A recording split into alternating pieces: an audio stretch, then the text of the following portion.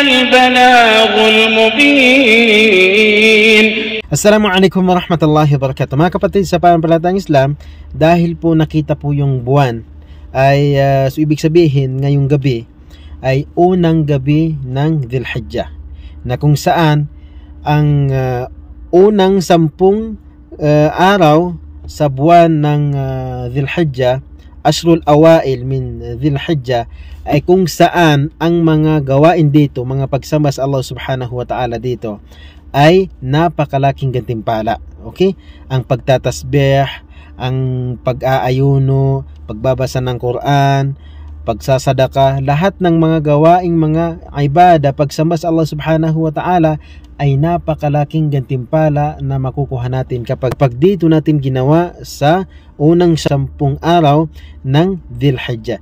Kaya pagsikapan po natin. Nung kapanahonan ng Propeta Muhammad sallallahu alaihi wasallam na sinabi niya yan, nagtanong ang sahaba. Sabi niya, "Ya Rasulullah, walal jihad fi sabilillah?"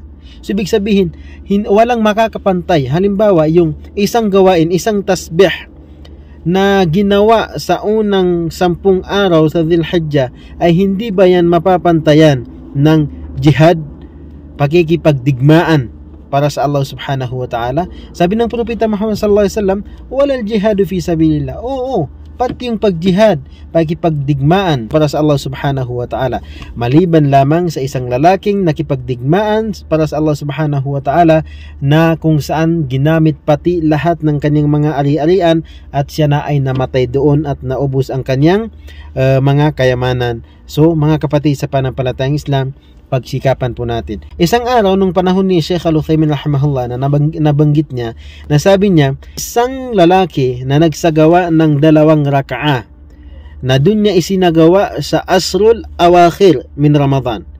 Doon niya isinagawa doon sa 10 araw sa last 10 days ng buwan ng Ramadan. At isang lalaking nagsagawa ng 2 raka'ah na dito niya isinagawa sa unang 10 araw ng Dhul-Hijjah. Sino ba yung mas mainam sa kanila?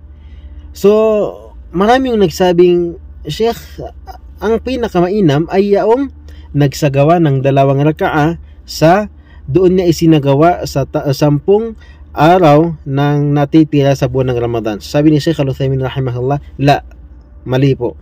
Dahil ang pinakamainam po doon sa 2 ay yaong lalaking nagsagawa ng 2 raka'ah na dito niya isinagawa sa 10 unang araw ng Dhul-Hijjah. Kaya pagsikapan po natin na paramihin ang pagsamba, paggawa ng mga ibada dito sa 10 araw ng Dhul-Hijjah. Assalamualaikum warahmatullahi wabarakatuh.